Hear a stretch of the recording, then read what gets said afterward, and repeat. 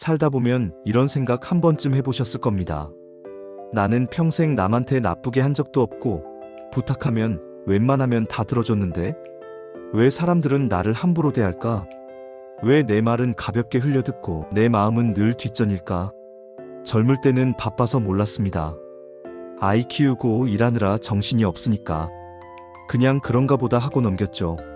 그런데 나이가 들수록 이런 장면이 자꾸 반복됩니다. 부탁은 늘 나한테만 옵니다. 이번 한 번만 도와달라더니 그 다음엔 당연한 것처럼 또 부탁합니다. 조금 힘들어서 이번엔 어렵다고 말하면 그때부터 얼굴이 달라집니다. 말투가 바뀌고 서운하다는 기색이 보입니다. 그 순간 마음이 철렁 내려앉죠. 내가 잘못했나? 내가 너무 냉정했나? 이 나이에 사람 잃는 거 아닌가? 그래서 다시 웃으면서 말합니다. 아니야, 괜찮아. 내가 하지 뭐. 괜히 말 꺼냈네. 그런데 이상하지 않습니까? 내가 참고 양보할수록 사람들은 고마워하지 않습니다. 오히려 점점 더 만만하게 굽니다. 오늘은 이 이야기를 좀 솔직하게 해보려 합니다. 누구를 만나든 무조건 잘해주면 절대 귀하게 여겨지지 않는다는 이야기입니다. 그리고 이렇게 대해야 사람들이 비로소 당신을 존중하게 된다는 이야기입니다. 이 말씀을 드리기 전에 먼저 한 가지 분명히 짚고 가겠습니다. 잘해주는 게 잘못은 아닙니다. 착한 마음도 잘못이 아닙니다. 문제는 아무 기준 없이, 아무 경계 없이 계속 잘해주는 것입니다. 사람이라는 게 참 묘합니다.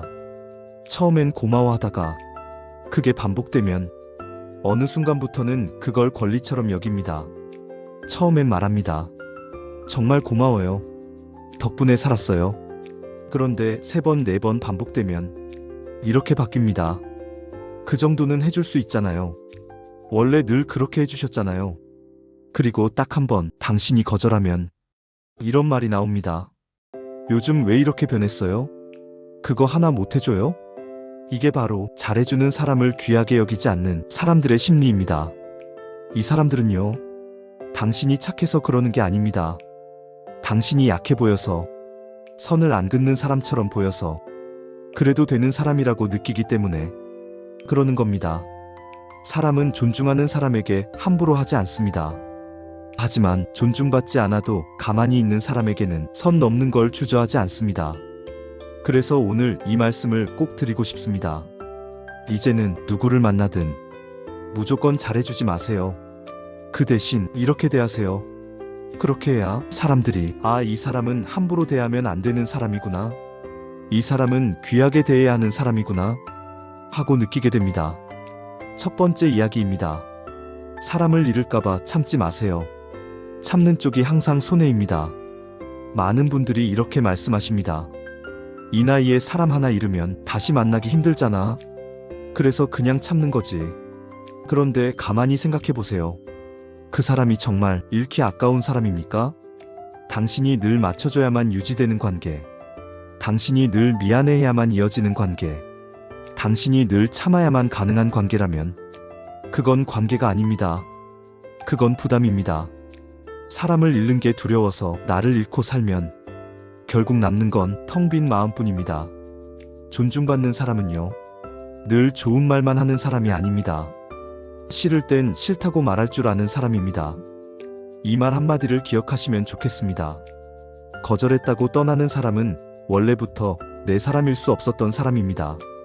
두 번째 이야기입니다. 부탁을 받았을 때 바로 대답하지 마세요. 착한 분들일수록 부탁받으면 바로 말합니다. 그래요. 제가 할게요. 괜찮아요. 그런데 그 즉시 대답하는 순간 상대 마음속에는 이런 생각이 생깁니다. 이 사람은 늘 가능하네. 그래서 다음엔 더 쉽게 부탁합니다. 더 당연하게 말합니다. 이제부터는 이렇게 해보세요. 부탁을 받으면 잠깐 멈추고 이렇게 말하는 겁니다. 생각 좀 해보고 말씀드릴게요. 이 한마디만으로도 상대 태도가 달라집니다. 왜냐하면 당신이 쉽게 움직이는 사람이 아니라는 신호를 처음으로 보내는 거니까요. 귀하게 여겨지는 사람은 늘 즉답하지 않습니다. 자기 기준이 있습니다. 이건 이기적인 게 아닙니다. 자기 삶을 존중하는 태도입니다. 사람들이 우리를 귀하게 대하지 않는 이유는 우리가 부족해서도 아니고 성격이 못나서도 아닙니다. 대부분은 우리가 스스로를 너무 쉽게 내어주었기 때문입니다. 그래서 지금부터는 사람들이 함부로 하지 못하게 만드는 아주 현실적인 방법을 하나씩 말씀드리겠습니다. 미안하다는 말을 너무 자주 하지 마세요. 이 말씀을 드리면 많은 분들이 놀라십니다. 아니, 미안하다는 말이 왜 문제야? 예의 있는 말 아니야? 맞습니다. 미안하다는 말 자체가 나쁜 건 아닙니다. 문제는 내 잘못이 아닌 상황에서도 습관처럼 미안하다고 말하는 겁니다. 예를 들어 이런 경우입니다. 누군가 늦게 왔는데 괜히 먼저 도착한 내가 말합니다. 아이고, 제가 너무 일찍 왔네요. 상대가 무리한 부탁을 했는데 거절하면서도 이렇게 말합니다. 제가 이런 걸 못해드려서 죄송해요. 이렇게 말하는 순간 상대는 무의식적으로 이렇게 느낍니다. 아, 이 사람은 늘 한 발 낮추는 사람이구나. 사람은요, 늘 고개 숙이는 사람을 존중하지 않습니다. 안타깝지만 그게 현실입니다. 이제부터는 미안해요 대신 이 말을 써보세요. 고마워요. 부탁을 거절할 때도 이렇게 말할 수 있습니다. 이번엔 어렵지만 이해해 주셔서 고맙습니다. 상대가 도와줬을 때도 괜히 몸 낮추지 말고 담담하게 말하세요. 덕분에 정말 도움이 됐어요. 미안해요는 나를 작게 만드는 말이고, 고마워요는 나를 당당하게 만드는 말입니다. 나이가 들수록 우리는 더 이상 작아질 필요가 없습니다. 왜 저럴까? 이 질문을 이제 내려놓으세요. 사람에게 상처받으면 자꾸 이런 생각을 하게 됩니다. 왜 나한테 그렇게 말했을까? 왜 저 사람은 저럴까? 그런데 이 질문을 계속 붙잡고 있으면 상대는 편해지고 나는 지쳐갑니다. 왜냐하면 상대는 변할 생각이 없는데 나만 이해하려 애쓰고 나만 스스로를 설득하고 있기 때문입니다. 이제부터는 이렇게 바꿔보세요.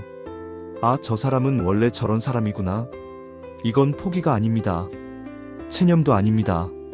내 마음을 지키는 선택입니다. 모든 사람을 이해할 필요도 없고 모든 관계를 설명할 필요도 없습니다. 이 나이에 가장 귀한 건 평온입니다. 마음을 흔드는 사람에게 왜라는 질문을 쓰지 마세요. 그럴 수 있지 하고 마음에서 한 걸음 물러나세요. 그 순간 상대는 내 인생의 중심에서 내려옵니다. 모든 걸 설명하려 하지 마세요. 착한 분들일수록 오해받는 걸 너무 힘들어합니다. 그래서 계속 설명합니다.